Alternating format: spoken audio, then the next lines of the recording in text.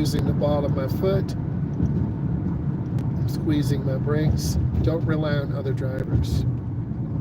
Rely on yourself.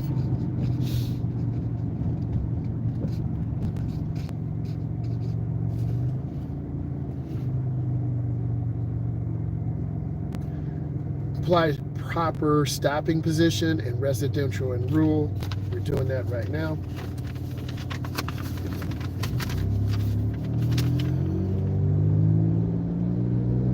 Determine the minimum time and space.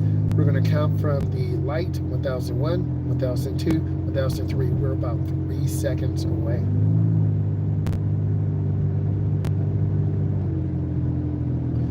Our path of travel is straight, so we want to be looking straight. We should not be drifting to the right or left.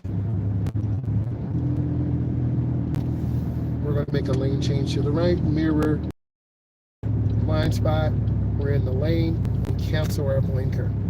Our path of travel is straight. We have the curve to the right. We have the broken white line to the left. We're using space management principles of predict, decide, and act. We're predicting that we need to slow down soon. We also could predict that the white car could cut over. We want to squeeze the brake with the ball of our foot. I always say squeeze. We don't want to say hit the brake because people will slam brakes. We should see the rear of the tires on the ground. If you're past the white line like this Durango is, that is a minus. Approach and turn at multiple lane intersections. We're starting to do this now. We're also going to demonstrate how to enter, exit, and cross traffic at complex and controlled intersections. We're going to take this step by step. There's a lot of information here, and I need you to listen and put questions in. This is drive 3, moderate speed, dense traffic, suburban, rural areas. This is the suburban area.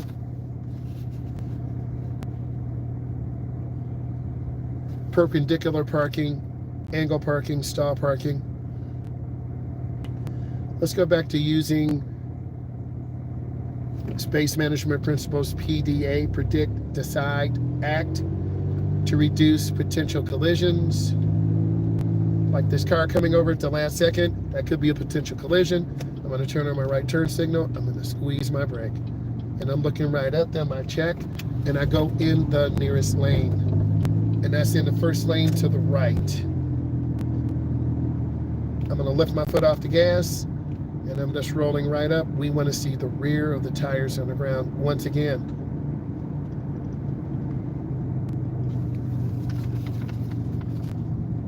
We should see the rear of the tires on the ground.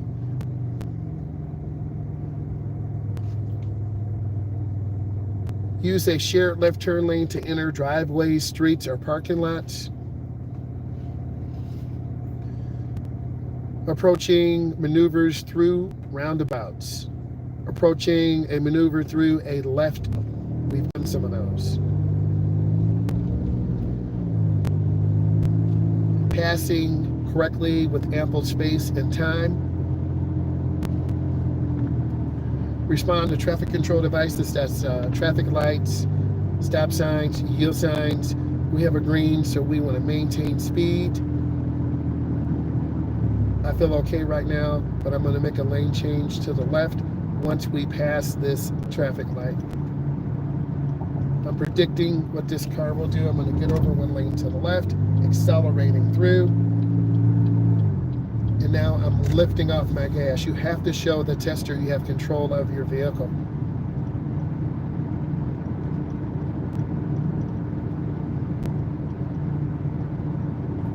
We do not want to tailgate.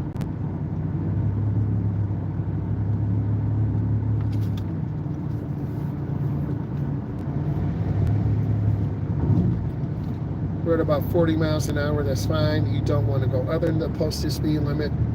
Do not want to go over the posted speed limit. If you have questions, I need you to go ahead and put those in. If you just popped in, I'm a state certified driving instructor. I teach adults and teens. We drove 9 hours today, so I'm talking about the road skills evaluation. This information can help you pass your test. We're at about 50 miles an hour. You have to be able to use a shared left turn lane. The two middle lanes are the smooth lanes. The lane to the right is for slower moving traffic. You'll see the Range Rover getting ready to come out. You'll see cars in the area. They have a blinker. That's a pretty good blinker. It's about 2 blinks. I prefer 3.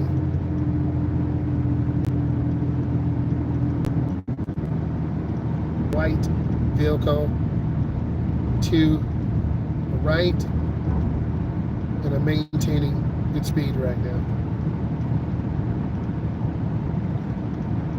Occasionally you should check your speedometer. We're at about 50. There's no one but space. I'm taking my time. I'm going to make a lane change to the left, accelerating through my lane change.